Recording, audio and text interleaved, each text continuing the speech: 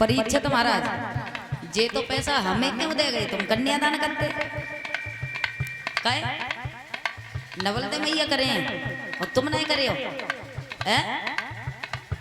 खड़े हो जाओ।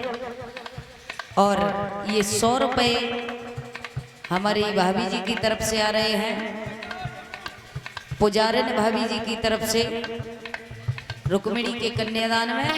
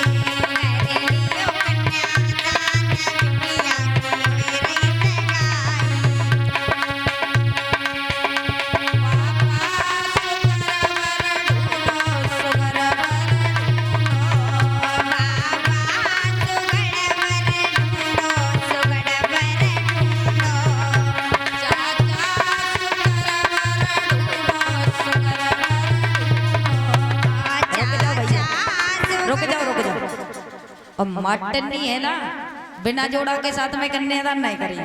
खड़ी हो जाओ अलग, मास्टर नहीं अलग खड़ी हो जाओ। और जब तक तुम्हारे जोड़ा नहीं है तब तक कन्यादान नहीं लियो। और न मास्टर साहब एक कुल्फी के पास में खड़े हैं, बोला अगर जोड़ा हो तो अकेले नहीं लेना चाहिए। बोला ज्यादा नहीं मास्टर साहब, केवल 5000 रुपया से ले ले। बटुआ खाली है, पर्स खाली, तो जोड़ा के साथ में आ जाओ। आओ भाभी, एक कान को उतार के अपने हाथ में रख ले और एक कान को मास्टर साहब को दे दियो, उनको पर्स खाली है। खड़ी रहो, मास्टर साहब आओ निकल के।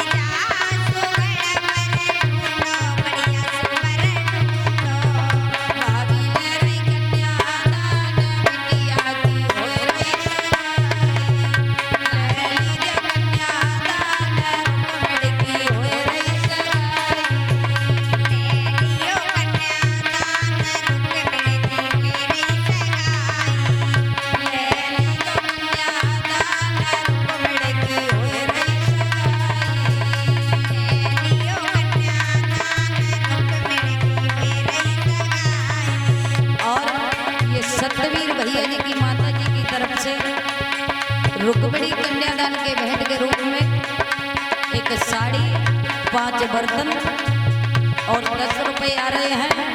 भगवान हमेशा इनके लिए धर्म की ओर आगे इसी प्रकार हाथ बढ़ाते रहे।